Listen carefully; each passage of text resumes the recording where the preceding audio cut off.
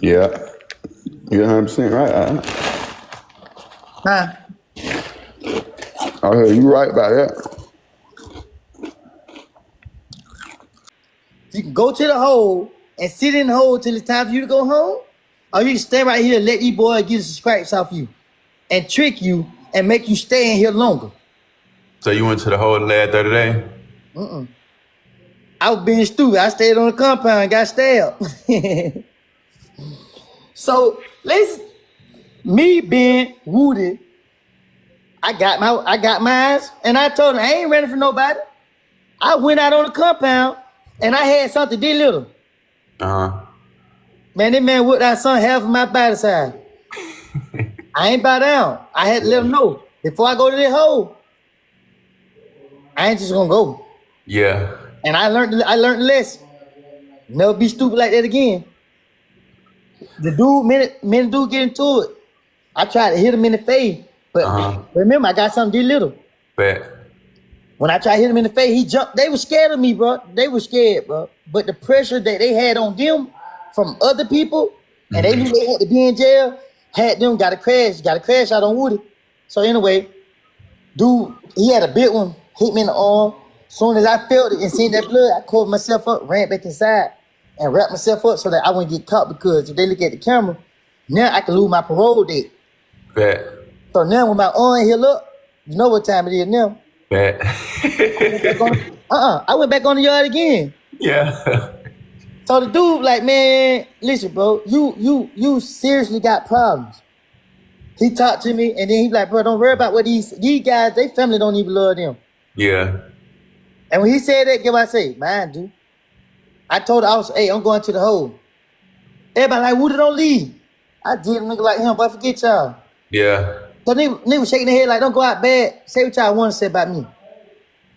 When I got the upper hand, we gonna see. Yeah. Police like, man, you going to the hole? I said, yup, and you finna take me. He said, who spraying you? I said, the whole jail. But, oh, you laughing. Get what the scary part about that was? What? When I went to the hole, they said, listen, you ain't gonna get the parole out from back here. You gotta be on the compound. I said, you lying to me? I see people do it all the time. The guards were trying to make me go back on the West End, so that's what I did. What? I ain't going back out there. So guess what they say? Well, they gonna take my parole date. You know what I did? I came out the hole. Y'all ain't taking the parole date. They want that parole date. So this when my smartness come in. Well, let's put it on record that I don't want to be on compound. And y'all force me back on compound. So when I do what I do to somebody, I beg y'all to put me in the hole. I ain't worried about what nobody gonna do to me. I'm worried about what I'm gonna do to somebody else. Yeah. They put me on compound. I had my people called out to the jail. They wouldn't put me back in the hole. So somebody told me that, hey, listen, bro, they can't do that to you. They gotta put you back in there. So guess what I did? I made them take me back to the hole, and I stayed in the hole till I got out. Yeah. But to see how the guards were letting the inmates run their jail, I was grateful that I wasn't with nowhere where people that were really living like me on the street in there was. Because I had 30 days to go home. These boys got life sentences. They don't got nothing to lose. Why y'all putting me around them? Nothing at all. You smart though. Smart. Yeah, but you know, I put myself in like to see that happen, but Shannon got a similar story to yours, bro. Who? Shannon. Shannon? What Shannon? On the case, who just beat me. Oh, for real? And to hear you tell his story, me and him had a conversation when, you know, at one time we both were locked up, and he was telling me the story about his situation. And bro, it's like these the dudes who so gangster and so like, bro, I ain't gonna lie, that's why I be like, that's why I love God so much, bro. Like, you done messed me up with that story, bro. And it crazy. It crazy because they coming back. I told you 2 weeks ago somebody was inside my house, and when you look on the camera, you wind the camera. They didn't take nothing. They ain't take, well, they took something, but they didn't care about that. I get all that back, but it was something light. But they ain't take nothing like the big stuff, like no big stuff. But if you just look, if you look at the camera, they sitting right there waiting for somebody to come inside the house. They sitting right there waiting for somebody to come inside the house. Like all black masks. I don't even know who it was. That's the crazy thing. But they didn't know I had cameras inside my house. Had cameras inside. So I'm talking to them now. Like I'm watching them, but I started talking to them. I was like, do y'all know I can see y'all, right? Then they end up running out. But my baby mom, she came in first. She came through the door first. She didn't want to see them and she ran out yelling. So it was like the police were called. So when they came and looked at everything, they were like, they weren't trying to rob you. They said that was a hit. Said that Do was you a hit. pray? Who, me? Yeah, I be praying.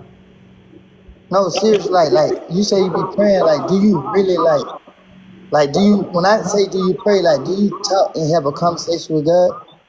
Yeah, a real conversation. That's how I know I ain't like I'm not saying that can never happen, but that's how I know the sign's gonna be there because I have a real conversation with God and he gonna reveal, he not gonna let it's like I got this shield around me. Like I used to tell people all the time when I was little, I was like, can't nothing happen to me. And people Yes, my mom used to be like, yes why it you say can. that? Yes it Huh? can. No, it can, but that just always been my mindset because I'm like, God got this shield over me. So if somebody trying to harm me, anything, it's not gonna work. But you right. I feel that same way. But guess what I always do, Tim? Every day I wake up before I go out the house, I pray and I seen good spirits out there before I go. Yeah. I ask God to remove all evilness, all wickedness, and anybody that's in my path that want to harm me or cause destruction into my life. Can you remove that in the name of Jesus? You said I pray, and once I feel that the spirit have went everywhere that I'm gonna go before I know that where I'm gonna go. Once I feel that the spirit there, that's when I go outside and I just let the wind blow me in the direction that I need to be in, bro. Like I'm gonna pray for you. Like I'm gonna pray for you tonight. I'm gonna call, man. You gonna call when we get out loud. I'm gonna call you and we're gonna pray together. Like, and I want you to try that. I want you to just try to wake up and pray for somebody. Like call somebody and you just start praying, and Hmm. then like just do it. And then after a while, you start feeling like peace. You start feeling like it's some type of feeling that you gonna know you're doing the right thing and that you everything gonna be okay. And that whoever those people was that was in your house, they gonna get a change of heart. You feel me? They gonna leave you alone. You feel what I'm I saying? move far out now. I stay far out. Yeah. Oh, I did watch when you was saying you moving and all of that. You know what I mean? You just put your TVs up and all that stuff. I just literally moved. Oh, they was just recently? So you Yeah, just moved twice? no, the situation happened like two weeks ago. I moved like within the next few days. I mean the same week. So I probably been over here for about a week now. So do you like I know you smart, you know what I mean? We know what it's like. You don't show no one where you stay, right? Nah, but where I was staying, I just got out of jail, so I had to move quick. So I think people was like telling people like I stay over here because if I go on live, I sleep read the comments, but I won't say that. I seen somebody say Tim, he stay right here, he drive this. I'm like, how they know this? We gonna pray for them people But yeah, because if somebody watching. we gotta pray for them people because they need it, bro. I took a picture with one boy at a gas station. And then he waited and then he posted on there, I stay across the street from him. My blood pressure shot through the roof, right? Uh huh. It's just like, hey bro, like you want clout, you wanna go viral. But what happened when next time you ran into me? But I'm very aggressive when I have to be. Don't yeah, compete with me. You feel me? Like, yeah. but dang, bro, like I never felt like nobody could relate to me and to them. Same. That's why I be listening to when you be talk. I be like, dang. I understand. Like I understand people. Like I understand your story. I understand how you feel. A lot of people that say negative stuff, they don't understand because they never been in that situation. They ain't never been in that situation. Hey, yeah. So, you want to tell you why Psalms 23 my favorite prayer? But Because the Lord is with me, and I should not want. You feel me? yeah, He led me in the path of righteousness. You feel what I'm saying? That prayer is so powerful because it's like when It's like, you know, my heart always been good, and I might have made some, you know, some mistakes in my life, you know, but it's like God know the heart. So when God know your heart is of love, he have his attention on you. Psalms 23 is like, lead me through the way. I want you to, like, every chance you get, try to read it until you can memorize it and know it by heart. I know it by heart. You know what I'm saying?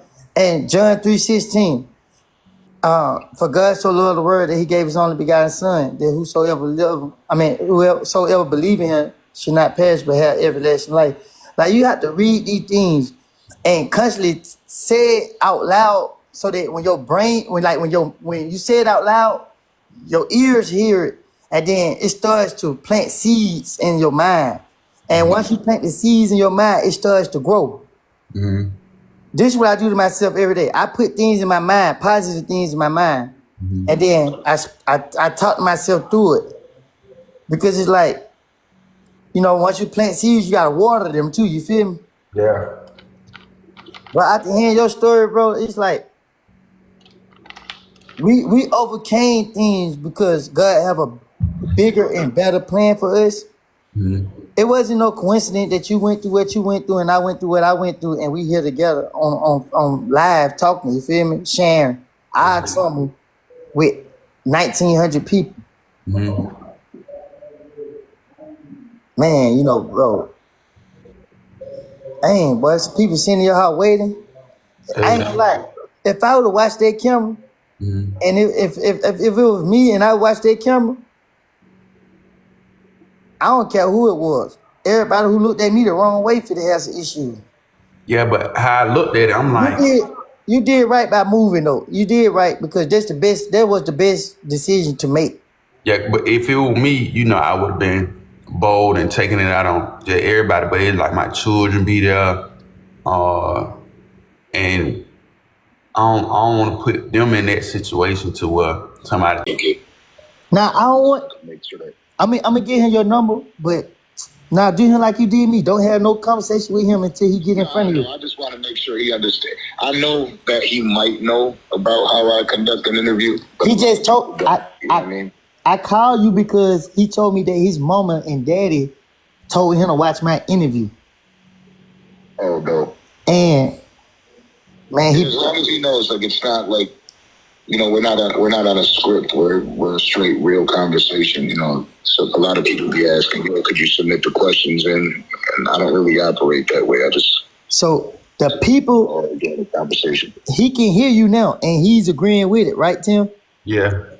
So that's why I call you, because you is like one of the most genuine people I have ever met in my entire life. Bro, you show people that I'm human, while everybody else trying to show people that I try to make people believe I'm a crazy number. Your intentions are so pure, bro. Huh? It's a money grab. You know, like I said this a lot, and I don't even like giving up too much info on the internet, but I make my own money outside of the internet. So hey, Downs, we need making this about money. We want people to hear from our story. Man, his story to me, man, is bigger than mine. What he been through in life to me is worse than mine. You feel me? And if he tell you some of the stories he just told me, bro, because I know the way that you ask questions and the way that the comfort that you brought me, he needs you, Downs. He needs you, bro. Like, bro, you a powerful dude, man. Like, you show us love and caringness, bro. And after reading his post, bro, like, for real, man, and yeah, man, I think I'm here, so it's simple for me. I'm here, and just let's set it up. Let's get it going, and Tim, make sure you stay in that safe space and you stay outside of that trouble, because you know a lot of us. You know, I've been recently speaking about men's mental health. You know, because you know how you were trying to preach to me about staying in a relationship and shit. But a lot of us men we just really don't think we're supposed to take care of ourselves on that front because we're too goddamn tough all the time. But like what you're doing for him right now is really powerful because you're just showing him there's another way, which is super dope. But I'm trying to keep your head together, and then let's have a brief conversation. Nothing about the interview, but just let's have a brief conversation, get the details set, and then we'll go from there. Yes, man. Because, hey, man, these boys need to know that it's okay to love each other. It's okay. We ain't got to be tough all the time, man. Yeah. But, that's, how, like, women got their, when women got their rights, it's almost like men took a step back, always trying to please women, making sure that women are safe and women are good. And it just really became a thing where, like, as men, we just get beat the fuck up, mentally, physically. We go out there every single day and we try to make a living for ourselves, for our families, for our kids. And it's like, it's always the narrative of, this is what you're supposed to do. You know what I'm saying? So, like, everything that you do positive, if you're out there being a great father, ain't nobody going to walk up to you and say, yo, you're being a great father. They're going to say, you're supposed to do that. Mm-hmm. I mean, if you're out there and you're busting your ass every single day, nobody's saying, like, yo, you've been really killing it. They're just going to say, you're supposed to do that. Mm-hmm. Everything for us is you're supposed to. You know what I mean? When you get in moments. So that's why I like, can't do that one. Yeah. That's what I'm saying. You know what I mean? Like, they saying Johnson. Oh, Johnson on Kane Dome. All right, let go see.